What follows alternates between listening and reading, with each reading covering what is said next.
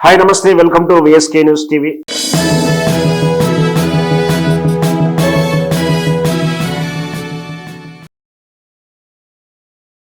సహజంగా మనం అధికారంలో ఉన్న వాళ్ళు అహంకారంగా ప్రదర్శించడం చూస్తుంటాం.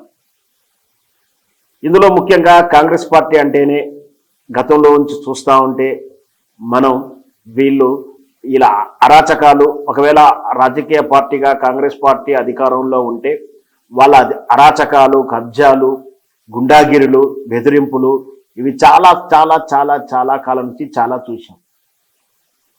బహుశా మరి అది పార్టీ వల్ల వస్తుందా, ఈ పార్టీ అధికారంలో వస్తుందా అనేది మీరు కామెంట్ రూపంలో రాయండి. అలంపూర్కు చెందినటువంటి మాజీ కాంగ్రెస్ లీడర్, ఆయన కూతురు పెళ్లి విషయంలో నిన్న రాద్ధాంతం జరిగింది. తలబీర్సుతనం వల్లనే చెప్పొచ్చు. మ్యాటర్ ఏంటంటే, గుంటూరుకు చెందినటువంటి ఐపీఎస్ అధికారి ఉత్తరప్రదేశ్లో డ్యూటీ చేస్తున్నాడు.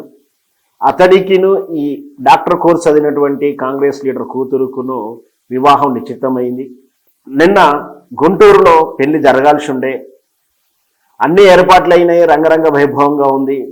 అయితే తీరా పెళ్లి కూతురు పెళ్లి మండపానికి ఊరేగింపుగా రాదలుచుకున్నటువంటి ఆ ఊరేగింపులో కాంగ్రెస్ పార్టీ జెండాలతోటి భారీ ఎత్తున హడావుడిగా వచ్చే ఏర్పాట్లు చేసుకున్నారు.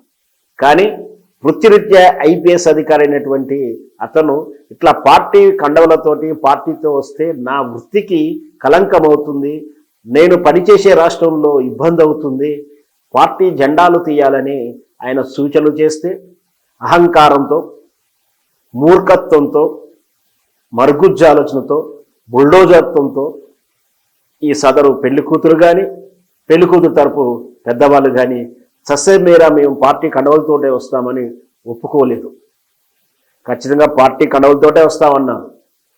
చూడండి, సహజంగా పెళ్లి కుమారుడు వాళ్ళు డిమాండ్ చేస్తారు, రాద్ధాంతం చేస్తారు, గొంతమ్మ కోరికలు గొంతారు, అర్థం లేనటువంటి సాకులు చెప్తుంటారు. కానీ ఇక్కడ మరి ఇది ఆ పార్టీకి ఉన్నటువంటి తత్వమా, వాళ్ళ కుటుంబంలో ఉన్నటువంటి తత్వం, అహంకారమో తెలియదు. కానీ మేము ఖచ్చితంగా పార్టీ కండవలతోటే వస్తామనంతో చివరకు తప్పని గత్యంతరం లేని పరిస్థితిలో పెళ్లి కుమారుడు పెళ్లికి నిరాకరించాడు. దాంతో ఈ కథ అడ్డం తిరిగింది. ససేమిరా పెళ్లికి ముందే ఇంత మూర్ఖంగా ఉన్న వాళ్ళతోటి జీవితకాలం నేను ఎలా నడవగలను అని కూడా ఆయన ఆలోచించాడు. కానీ చివరికి చాలామంది కలగజేసుకొని పెద్ద మనుషులు రాజీ చేసి ఇరుపక్షాలకు నచ్చజెప్పడంతో, కాంగ్రెస్ వారికి 4 అక్షంతలు వేయడంతో జనమంతా చీ అనుకున్న తర్వాత, చీ అన్న తర్వాత వాళ్ళకు కొంచెం జ్ఞానోదయం అయిందో ఈ సదరు పెళ్లి కూతురు వాళ్ళు తగ్గడంతో మళ్ళీ రాజీ కుదిరి నిన్న జరగాల్సిన పెళ్లి ఈరోజు ఉదయం జరుగుతుంది. చూసారా?